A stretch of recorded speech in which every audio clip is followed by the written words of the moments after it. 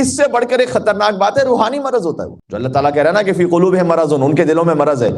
اس کی veins block نہیں ہے، اس کی اللہ تعالیٰ یہ نہیں کہنا چاہ رہا، مسئلہ کیا ہے، اس کے دل میں جو مولا علی کی محبت ہے نا وہ بلاک ہے۔ اللہ کہتا ہے فزادہم اللہ مرضا، ہم اس مرض کو اور بڑھا دیتے، پھر وہ کیا ہوتا ہے، بہکی بہکی باتیں کرنے لگتا، کہتا ہے جو بھی مولا علی کے مقابل میں ہے اس کا احترام کرو۔ یعنی میں آپ سے عرض کرنا چاہ رہا ہوں قرآن کے مطابق جو عدو علی کا احترام کرے نا، مولا علی کے دشمن کا بھی، اس کا مطلب اس کا دل صحت مند نہیں ہے، مریض دل ہے۔ جب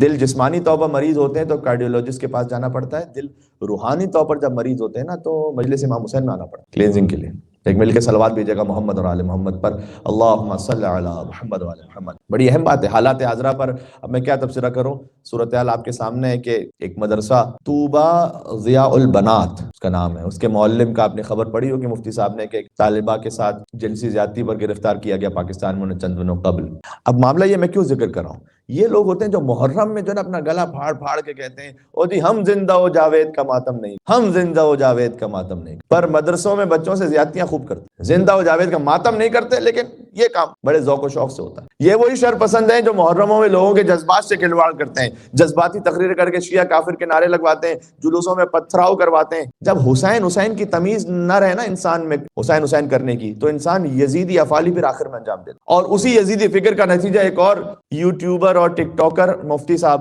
جنہوں نے محرم میں کہا کہ آپ شادیاں کریں، بہت ان شادیوں کے بڑے فائدے ہیں، وہ کہنے لگے کہ ایک تو یہ بدعت کی نفی ہوگی، یعنی کیا کہہ رہے تھے کہ جو مسکنسپشن پھیلا ہوا ہے کہ محرم میں شادی نہیں ہونی چاہیے اس کی نفی ہو جائے گی، آپ کو شادی کرنے کا الگ سے ثواب ملے گا، یوں کہہ رہے ہیں محرم میں شادی کرنے کا نعوذ باللہ الگ سے ثواب ملے گا، اس لیے کہ مسکنسپشن آپ دور کر دیں گے۔ اچھا دوسرا فائدہ یہ ہے کہ محرم میں ان کے بقول میں کوٹ اینڈ کوٹ شادی ہال بڑے سستے ہوتے ہیں، تو سستے میں شادی ہو جائے گی، یہ کوئی بات ہے کہنے والی؟ واقعا کیا بکی ہوئی سستی سوچ ہے۔ تو میں مولوی صاحب سے کہنا چاہوں گا کہ میں کوئی بد دعا نہیں دے رہا، فقط آرگومنٹ کا جواب دے رہا ہوں کہ آپ پھر اپنے والد صاحب کی وفات پر ان کے جنازے پر پہلے نکاح کا اہتمام رکھیں، اپنا نکاح رکھیں یا اپنے بچے کا نکاح رکھیں۔ میں نے کہا نا بد دعا نہیں دے رہا، میں فقط جو آپ نے سوال کیا میں اسی سچویشن کے ساتھ جواب دے رہا ہوں۔ آپ جنازے کے ساتھ جب نکاح رکھیں گے اس کے بھی بڑے فائدے ہوں، یہ جتنے آپ نے فائدے سارے گنوائے ہیں۔ پہلا فائدہ تو یہ ہوگا کہ بدعت کی نفی ہو جائے گی، کہ لوگوں میں جو یہ سوچ ہے کہ بھئی کسی قریبی عزیز کی موت ہو جائے تو اس دن شادی نہیں ہو سکتی، آپ کو بڑا ثواب ملے گا، اس سوچ کی نفی ہو جائے گی کہ اس دن شادی ہو سکتی ہے۔ اچھا دوسرا فائدہ یہ ہوگا کہ بہت سادگی سے نکاح ہو جائے گا۔ بھائی سب کو پتا ہوگا مولوی صاحب کے ابا فوت کر گئے تو سادہ کپڑوں میں ہی نکاح ہو۔ جب آپ محرم میں شادی کے فوائد گنواتے ہیں تو ہم آپ کو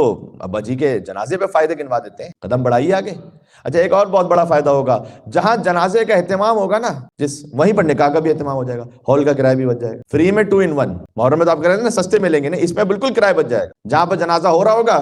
وہیں پہ جنازوں کی صفوں کے ساتھ فوراً بعد میں نکاح بھی ہو جائے گا، ایک ہی ہال میں دونوں کام ہو جائیں گے۔ اور ایک اضافی مشورہ یہ ہے کہ کل خوانی والے دن ولیمہ بھی ساتھ رکھ سکتے ہیں، کیونکہ 2 فنکشن ساتھ میں نمٹ جائیں گے، اس لیے کہ کسی حدیث میں نہیں لکھا ہوا کہ کل خوانی اور ولیمہ ایک ساتھ نہیں ہو سکتا۔ جی جناب میں اتنا عرض کرنا چاہتا ہوں کہ جتنی عزت اور جتنا احترام آپ اپنے باپ کے لاشے کو دیتے ہیں، کم از کم اتنی عزت تو امام حسین کے جنازے کو دیتے ہیں، اتنا احترام تو دیتے ہیں غم امام حسین کو۔